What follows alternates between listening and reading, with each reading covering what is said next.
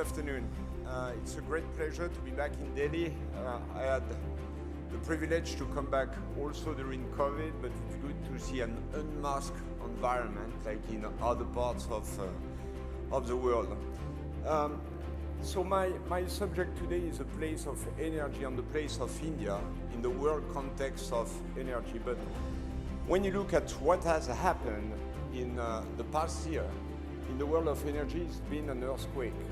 Many countries, not fast developing countries, but many countries who are taking energy for granted realize that not only energy price could be choking the economy on their purchasing power, but that in some cases energy could be not available, like in Europe, missing suddenly the Russian gas. So let's be simple. We face a huge challenge everywhere in the world, and it's a global challenge, which is climate change. 80% of climate change reason is due to carbon emission. And 80% of carbon emissions are coming from energy, the way we consume energy, and the way we produce energy. And at the same time, we all have the moral duty to serve one priority, which is to provide energy to everybody in the world. And as we speak today, 1 billion people don't have access at all to energy, and 2 billion people don't have access to reliable energy.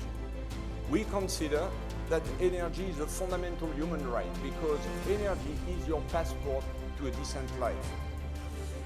But we also know that we are on the wrong trajectory. We are on the trajectory of 3 to 4 degrees, and at the same time we need to provide the energy to many more people in the world. We also need to change completely the energy model in the already equipped part of the world to curb the emissions and actually cut the emission by a factor of 2 or 3. Then comes this huge energy crisis, which makes everybody realize in the world that the first priority with energy is security, have access to energy, and affordability, because in some cases energy prices have doubled or tripled. And companies like ours want to be less vulnerable or must be less vulnerable to the equation of energy. So if you want to be optimistic, it's probably the first time in the past 20 years that the midterm ambition to be carbon neutral, to be net zero, is becoming economically profitable.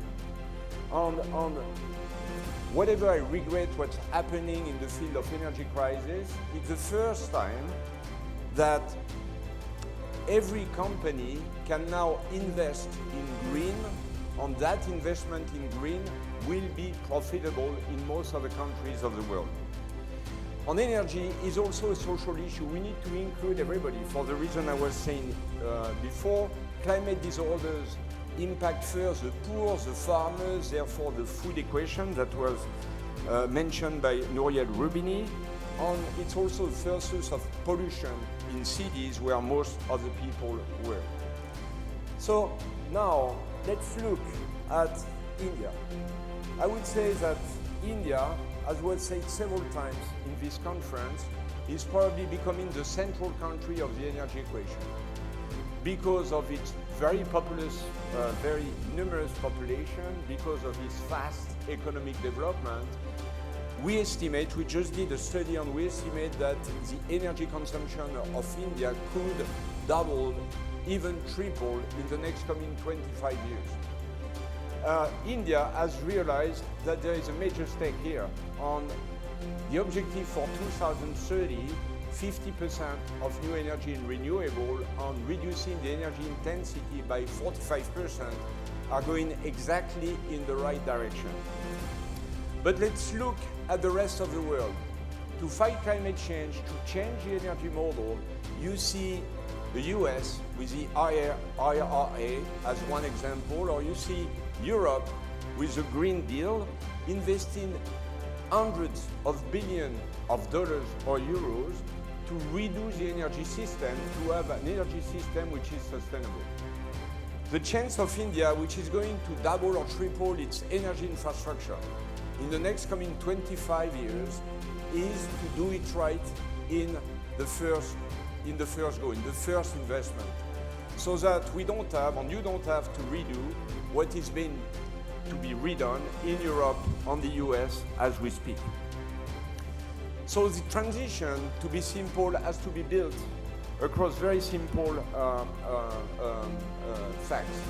The first point, when we speak about energy, normally people speak about supply. They speak about renewables, they speak about nuclear, they speak about oil and gas, but real energy transitions normally happen through the transition of demand. Take an example. Cars will become electric not because there is more electricity, there is actually not much more electricity. They will become electric because one car manufacturer has made the first car, electric car, which is affordable, performing, and sustainable. And this applies to everything where we live and where we work. Homes, buildings, cities, plants that we operate, and mobility. So the first priority is really to address the demand. Build in everything we do, structures, buildings, cities which are all digital and as electrical as possible. When we look at the perspective of India, while the energy consumption could double in the next coming 25 years, electricity consumption will be multiplied by 6 or more. That means everything around us will be far more electric. 75% of the electricity growth in those 25 years will be powered by renewable, actually 50% by solar, and actually 20 to 25% of that power generation could be decentralized at the bottom of building, on the roof of homes, so production could be very close to consumption. The second part of this evolution will be the use of hydrogen. We spoke just before about the mission hydrogen, but hydrogen will address very specific part of the energy development, hard to abate, long-haul transportation, storage, mass storage. Hydrogen has a role to play in this equation. And the third part of the equation is to address absorption of carbon which is already emitted. So CCUS, nature-based solution, direct air capture are solutions which are today explored and will be developed in India. The great thing here is that in the past, energy was mostly the topic of large energy companies, so the topic of very few companies. As we go forward, and as the first priority is the transition of the demand of buildings, of plants, of cities, of IT networks, the energy efficiency or energy decarbonization becomes the problem or the challenge of all and the objective of all.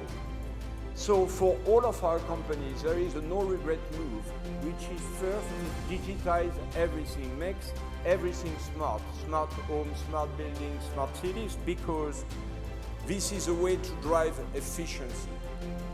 The second priority is to electrify all parts of the processes which can be electrified, because it's the only way to decarbonize.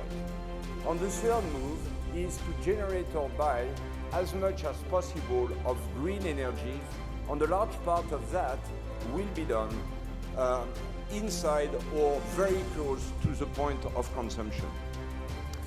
So when we look at the future, and when I look at the G20 presidency with the motto of one Earth, one family, one future, we should all realize that energy is a common good, and the emissions of carbon generated by energy are a global challenge for all of our countries. But as I just said before, India has a unique opportunity because it's building a large part of the infrastructure now to build it right the first time it builds it, which is not the luxury of other regions and countries which have to redo completely their energy system. So I'm very confident from everything we do here, and we have 35,000 people in the country, and we collaborate with many companies, that India is now very conscious of this opportunity, and I look forward to all the opportunities to innovate together and build an energy world in India that will be far more sustainable and far more electrical. Thank you.